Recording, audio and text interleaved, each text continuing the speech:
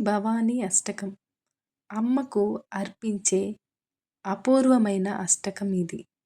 శ్రీ ఆదిశంకరాచార్యుల వారు రచించిన భవానీ అష్టకం కేవలం ఒక స్తోత్రం కాదు. అది మన హృదయాంతరాల నుండి వెలువడిన ఒక ఆర్తి. బంధువులు, పుత్రులు, సంపద, విద్య ఇవేవీ నాకు లేవు. నేను దుష్కర్మలు చేసేవాడిని. చెడు స్నేహాలు ఉన్నవాడిని. ఎలాంటి భక్తి, పూజలు తెలియని వాడిని. నా జీవితం కష్టాలు, ఆపదలతో నిండిపోయింది. ఇలాంటి నిస్సహాయ స్థితిలో ఉన్న నాకు ఈ లోకంలో నీవు తప్ప మరెవ్వరూ గతిలేరు. మరేది శరణం కాదు అని అమ్మవారికి మన పూర్తి నిస్సహాయతను, ఆత్మ సమర్పణను తెలియజేసే అద్భుతమైన స్తోత్రమిది. ప్రతి శ్లోకంలోనూ గతిస్త్వం గతిస్త్వం త్వమేకా భవాని అనే భావం మనల్ని లోతైన భక్తిలోకి తీసుకెళ్తుంది.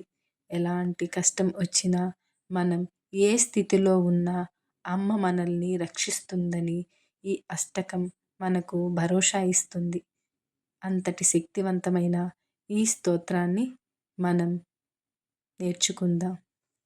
న తాతో న మాత న బంధుర్న దాత న పుత్రో న పుత్రీ న భృత్యో న భర్త న జాయా న విద్యా న వృత్తిర్మమైవ గతిస్త్వం గతిస్త్వం త్వమేకా భవాని గతిస్త్వం గతిస్త్వం త్వమేకా భవాని భవద్భావపారే మహాదుఃఖభీరు పపాతా ప్రకామీ ప్రలోభీ ప్రమత్తః కుసంసారపాశా ప్రబద్ధः సదాహం గతిస్త్వం గతిస్త్వం త్వమేకా భవాని గతిస్త్వం గతిస్త్వం త్వమేకా భవాని న జానామి దానం న చ ధ్యానయోగం న జానామి తంత్రం న చ స్తోత్రమంత్రం న జానామి పూజాం న చ న్యాసయోగం గతిస్త్వం గతిస్త్వం త్వమేకా భవాని గతిస్త్వం గతిస్త్వం త్వమేకా భవాని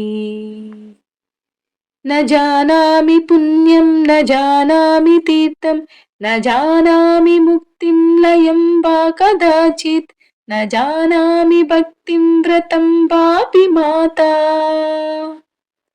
గతిస్త్వం గతిస్త్వం త్వమేకా భవాని గతిస్త్వం గతిస్త్వం త్వమేకా భవాని కుకర్మీ కుసంగీ కుబుద్ధి కుదాస కులాచారహీన కదాచారలీన కుదృష్టి కువాక్య ప్రబంధ సదాహం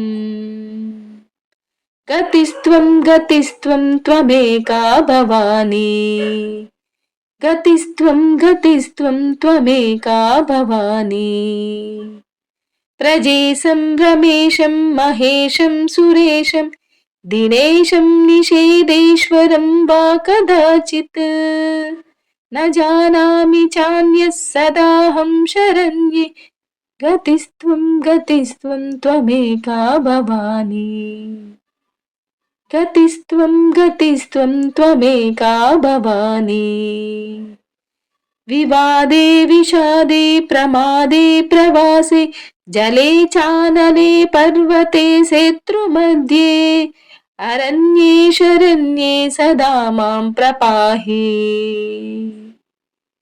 గతిస్త్వం గతిస్త్వం త్వమేకా భవాని గతిస్త్వం గతిస్త్వం త్వమేకా భవాని అనాథో దరిద్రో జరారోగయుక్తో మహాక్షీణదీన సదా జాడ్యవక్రః విపత్తౌ ప్రవిష్టః ప్రణష్టః సదాహం గతిస్త్వం గతిస్త్వం త్వమేకా భవాని గతిస్త్వం గతిస్త్వం త్వమేకా భవాని गतिस्त्वं गतिस्त्वं त्वमेका भवानी।